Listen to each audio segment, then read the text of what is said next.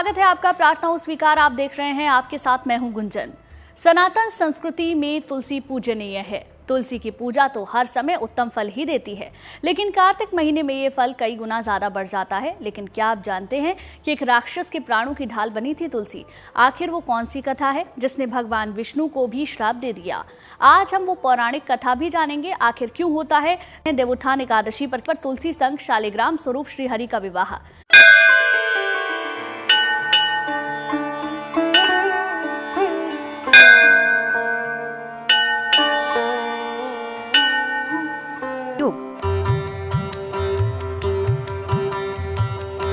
श्री हरि की कृपा से बनेंगे शीघ्र विवाह के योग। कार्तिक मास में तुलसी का ध्यान पूजन कितना कल्याणकारी बताया गया है, ये आप जानते ही होंगे। मान्यता ये है कि कार्तिक मास में श्री हरि ने शालिग्राम रूप लेकर तुलसी से विवाह किया था। तभी से कार्तिक और तुलसी का विशेष संबंध है। कार्तिक मास के शुक्ल पक्ष की एकादशी तिथि यानी तुलसी विवाह की शुभ तिथि। इस दिन के बाद से ही विवाह के शुभ योग बनते हैं। इस दिन तुलसी और शालिग्राम का विवाह किया जाता है। जब शालिग्राम रूप में भगवान विष्णु माँ तुलसी से विवाह करते हैं, वो मुहूर्त सबसे शुभ मुहूर्त बन जाता है। पौराणिक कथा है कि जालंधर नाम का जो एक राक्षस था, असुर था, जो कि शिव अंश से ही उत्पन्न हुआ था। वो महापराक्रमी था और उसकी जो शक्ति थी वो उनकी पत्नी वृंदा थी। वृंदा का सतीत्व में इतना तेज था कि उस राक्षस का वध करना असंभव था जब तक वृंदा का सतीत्व नष्ट नहीं किया जाए। ऐसे में पूरे देवलोक में हाहाकार मच जाता है और जालंधर उत्पात पर उत्पात करता रहता है, सभी देवताओं को जो है परास्त करता रहता है। तो सब लोग जो है भगवान शंकर की शरण में जाते हैं। तो भगवान शंकर की मदद करने के लिए भगवान विष्णु जो है वो जालंधर का रूप धर के और वृंदा के पास जाते हैं और उनका जो है सतीत्व जो है स्पर्श करके नष्ट कर देते हैं। तब जालंधर का वध होता है। लेकिन वो उनसे नाराज़ हो जाती हैं और उनको जो है कहती हैं कि आपने मेरे साथ ऐसा काम किया, मैं शिला स्वरूप हो गई हूँ, तो आप भी अब शिला स्वरूप हो जाएंगे, यानी शिला के रूप में हो जाएंगे। तो वही वो शालिग्राम के शिला स्वरूप हो जाते हैं। लेकिन उनकी भक्ति से प्रसन्न होकर के भगवान विष्णु उनको आशीर्वाद देते हैं कि ठीक है, तुम्हारा सतीत्व नष्ट हुआ है, लेकिन तुम मेरी पत्नी स्वरूप अगले जन्म में ज़रूर से रहोगी। तो फिर उसके बाद वृंदा जो है वो तुलसी के रूप में जन्म लेती हैं और सभी देवी देवता जो है मिल करके भगवान विष्णु के शालिग्राम स्वरूप से जो है तुलसी का विवाह करवाते हैं और इस दिन जो है उनका विवाह संपन्न होता है। तुलसी दरअसल राक्षस कुल में जन्मी वृंदा थी। वो भगवान विष्णु की भक्त थी। वृंदा का विवाह दानवराज जलंधर से हुआ। जब जलंधर देवताओं से युद्ध कर रहा था तो वृंदा पूजा में बैठकर अपने पति की जीत के लिए अनुष्ठान करने लगी। व्रत के प्रभाव से जलंधर हार नहीं रहा था तो सारे देवता विष्णु जी के पास मदद के लिए पहुँचे। भगवान विष्णु ने जलंधर का रूप धरा और वृंदा के महल में पहुँच गए। वृंदा ने अपने पति को देखा तो तुरंत पूजा से उठ गई। वृंदा का संकल्प टूटते ही देवताओं ने जलंधर को मार दिया। इस पर वृंदा ने कुपित होकर भगवान को श्राप दे दिया कि वो पत्थर के हो जाएं। सभी देवताओं में हाहाकार मच गया। प्रार्थना के बाद वृंदा ने अपना श्राप वापस तो ले लिया और सती हो गईं। उनकी राख से एक पौधा निकला जिसका नाम तुलसी रखा गया और श्री हरि को शालिग्राम के नाम से तुलसी जी के साथ ही पूजा जाता है।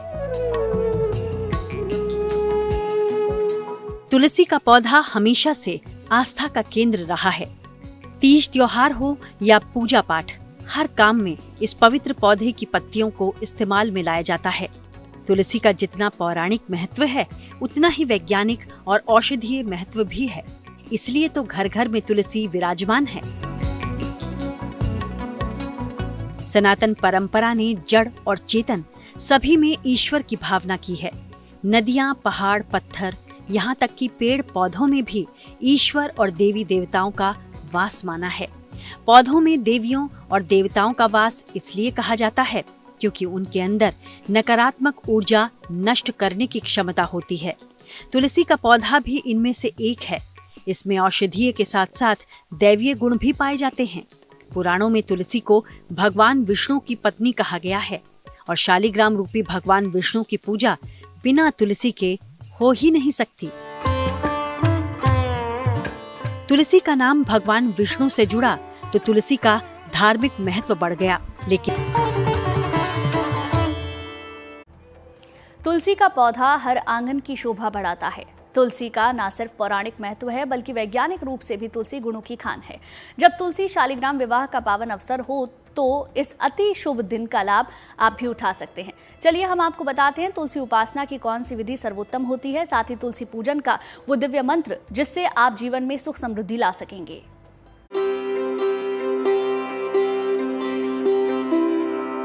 दैवीय गुणों वाला एक पौधा जिसे घर में लगाना है सबसे शुभ।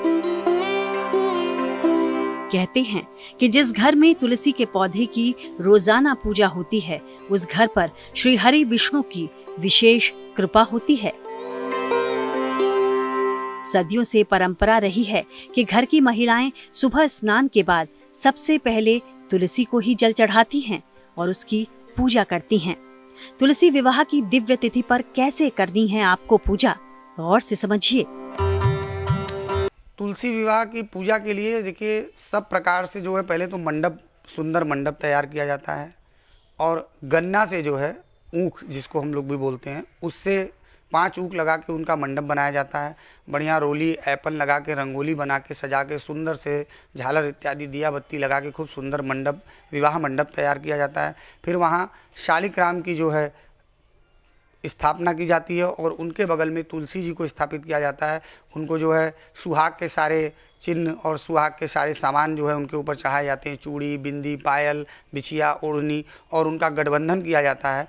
और इसके पश्चात उनकी आरती की जाती है, उनको भोग लगाया जाता है, नैवेद्य इत्यादि चढ़ाया जाता है, नया धान वगैरह जो कुछ भी आया रहता है वो सारी चीज़ें उनको अर्पित की जाती हैं और उनकी जो है 7 परिक्रमा की जाती है।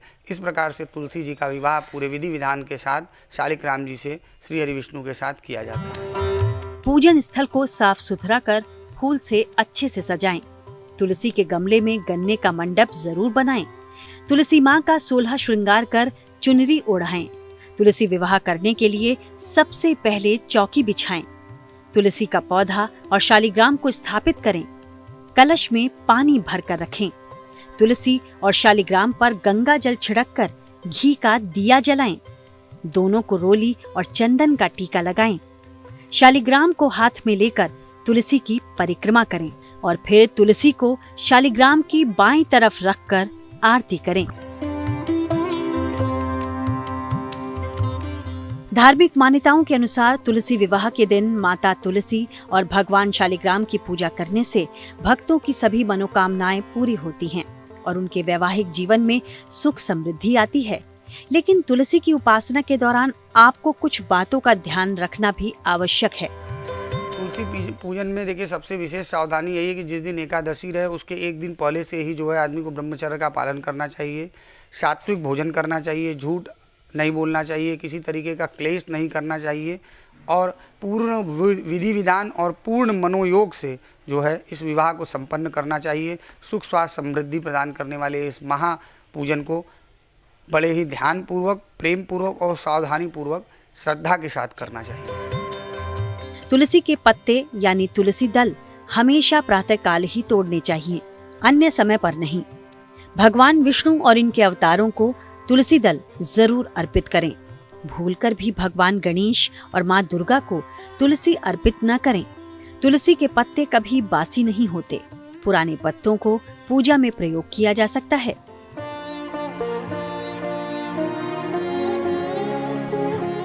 माँ तुलसी हर घर को सौभाग्य का वरदान देती हैं।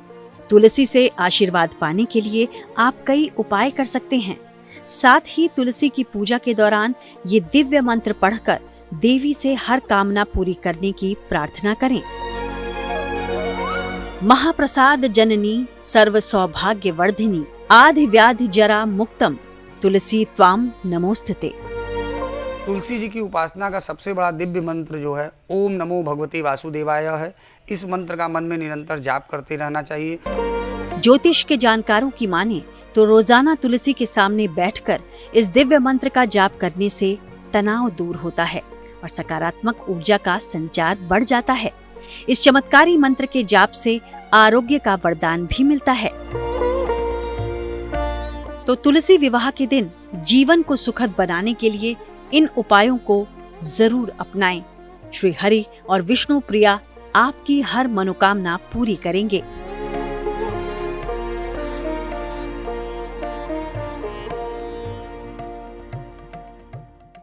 तुलसी के पूजन के लिए देवोत्थान एकादशी बहुत ही शुभ और कल्याणकारी तिथि है। लेकिन क्या आप जानते हैं कि तुलसी की पूजा कब नहीं करनी चाहिए, कब तुलसी के पौधे को छूना नहीं चाहिए? अब हम आपको बताते हैं तुलसी पूजन से जुड़ी कुछ विशेष सावधानियां।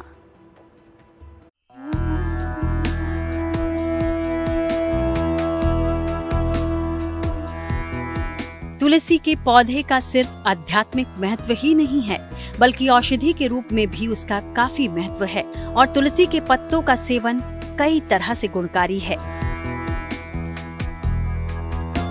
चलिए आपको बताते हैं कि तुलसी की पत्तियों का सेवन किस तरह से आपको सेहतमंद बनाता है। तुलसी मात्र एक पौधा नहीं है, ये आयुर्वेद में काम आने वाली एक महा औषधि है। इससे जो है कफ नाशक है और ये हर प्रकार के रोग में कारगर साबित होता है। तुलसी के पत्ता के साथ जो है काढ़ा बना करके पीने से सभी प्रकार के जो है कफ, वात और पित्त, इन तीनों से मुक्ति मिलती है। जब भी मौसम परिवर्तित हो रहा होता है तो तुलसी का जो है पत्ता वो खाना चाहिए। ऐसे भी प्रतिदिन जो है तुलसी का भोग लगा करके भोजन करना चाहिए।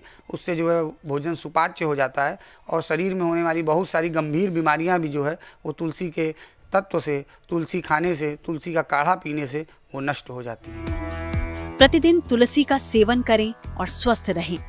तुलसी की एक पत्ती आपको हमेशा सामान्य बुखार से बचाए रखेगी। तुलसी की पत्ती का सेवन हमारे शरीर की प्रतिरोधक क्षमता को बढ़ाता है। ये मौसम परिवर्तन के साथ होने वाली स्वास्थ्य समस्याओं से भी शरीर की रक्षा करता है। तुलसी की पत्ती का सेवन कभी चबाकर नहीं करना चाहिए, बल्कि उन्हें सीधे निगल जाना चाहिए। तुलसी की पत्ती में पारा तत्व विद्यमान रहता है, जो दांतों के लिए हानिकारक हो सकता है। ज्योतिष के जानकारों का ये मानना है कि तुलसी का पौधा बेहद कल्याणकारी है। ये पौधा बेहद लाभकारी है। देखिए, तुलसी का पौधा जो है बड़े ही पवित्र मन से बाजार से आप लेकर के आइए और साफ़ मिट्टी, साफ़ गमले में, बढ़िया मिट्टी का गमला हो, उसको अच्छी से रंगाई पुताई करके और उसमें सबसे नीचे पहले थोड़ा सा चावल यानी अक्षत रखना चाहिए। उसके ऊपर फिर जो है तुलसी के पौधे को स्थापित करना चाहिए। उसमें साफ़ सुथरी मिट्टी रखनी चाहिए। तुलसी के पौधे में जल अगर हो सके तो निश्चित ही रूप से गंगा जल डालना चाहिए। इस बात का विशेष ध्यान रखें कि उसमें शुद्ध जल ही डालना चाहिए और शाम के समय उसमें जो है दीपक देसी घी का वो निश्चित रूप से जलाना चाहिए। इस प्रकार से तुलसी के पौधे की स्थापना करनी चाहिए। तुलसी के पौधे को एक तरह से लक्ष्मी का रूप माना गया है। घर में अगर नकारात्मक ऊर्जा मौजूद है तो ये पौधा उसे नष्ट कर देता है। इसके प्रभाव से घर में धन की वृद्धि होती है।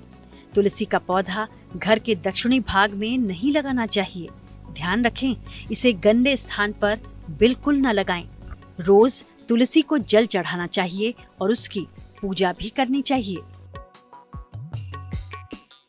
इसलिए तुलसी को अपने जीवन का हिस्सा बनाएं।